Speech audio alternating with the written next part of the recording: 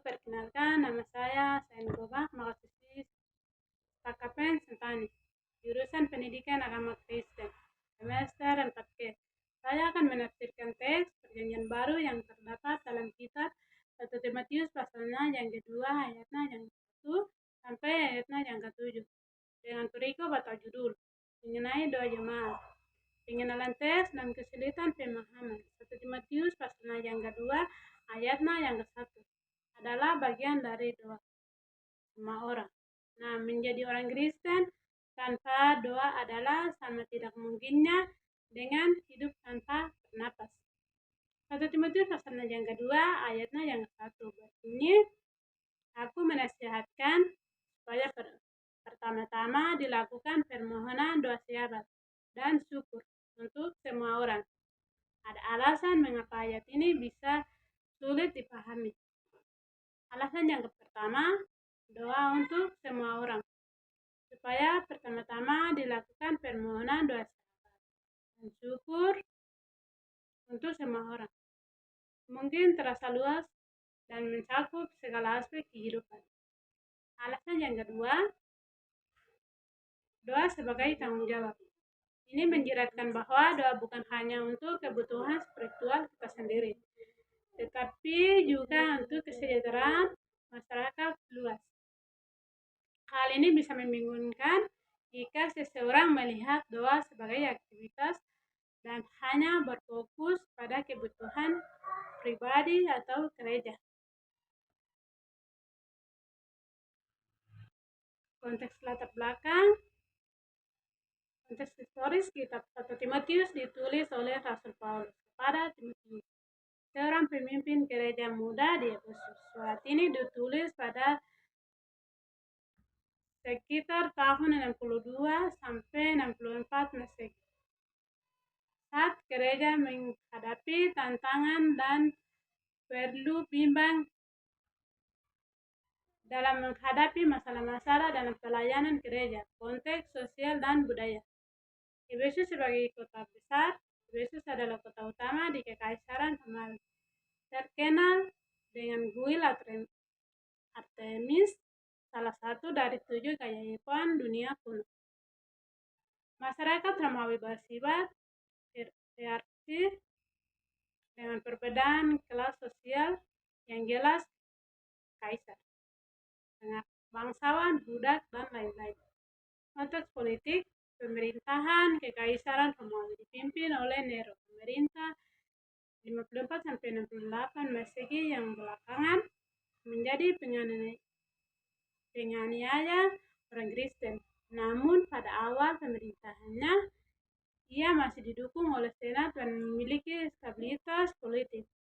Konteks ekonomi Romawi bergantung pada perdagangan dan budak Efesus adalah pusat perdagangan yang makmur, tetapi ketimbangan ekonomi tinggi. Banyak orang Kristen berasal dari kelas bawah atau bahkan budak. Dalam bahasa Yunani, autentin dan didaskein.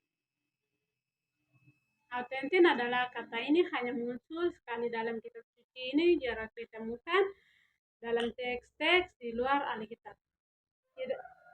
Didaskein adalah kata Yunani yang berarti mengajar, berisi tentang kehendak Allah yang sempurna untuk menyelamatkan semua orang. Kerigma atau rema dan inti makna bagian yang ke-1, doa tanggung jawab gereja. Paulus mengajarkan bahwa doa harus mencakup semua orang, termasuk mereka yang berkuasa. Hal ini penting untuk menciptakan kehidupan yang damai, memungkinkan penyebaran Injil tanpa gangguan. Bagian yang kedua, keselamatan yang universal. Allah ingin semua orang diselamatkan dan mengenal kebenaran ini menunjukkan bahwa Injil bukan hanya untuk orang Yahudi tetapi bagi semua bangsa. Bagian yang ketiga, panggilan untuk berdoa bagi semua orang. Paulus menasihatkan jemaat agar berdoa dalam berbagai bentuk permohonan, syafaat, ucapan syukur. Doa doa juga harus mencakup pemimpin dan pemerintah agar ada keramaian dan keteraturan dalam masyarakat, toleransi dan penerapan secara pribadi. Bagian yang ke-1, mengembangkan kebiasaan doa tidak hanya untuk diri sendiri, tapi juga untuk orang lain, termasuk pemimpin negara. Bagian yang kedua, memahami bahwa keselamatan tidak bergantung pada usaha manusia, tetapi hanya melalui iman kepada Yesus. Dalam kelompok atau gereja, bagian yang ke-1, mendorong gereja untuk aktif dalam doa syafaat bagi bangsa dan dunia. Bagian yang kedua, menyadari bahwa gereja tidak eksklusif, tetapi dipanggil untuk menjangkau semua orang dalam masyarakat secara luas. Bagian yang ke-1, menghidupi nilai-nilai keadilan, perdamaian, dan kesejahteraan sebagai buah dari doa yang sungguh-sungguh. Bagian yang kedua, kontribusi pada kehidupan bernegara dengan bersikap baik terhadap pemerintah, tetap kritis jika ada ketidakadilan. Bagian yang ketiga, menjadi duta Injil yang menyampaikan kabar baik semua orang tanpa diskriminasi.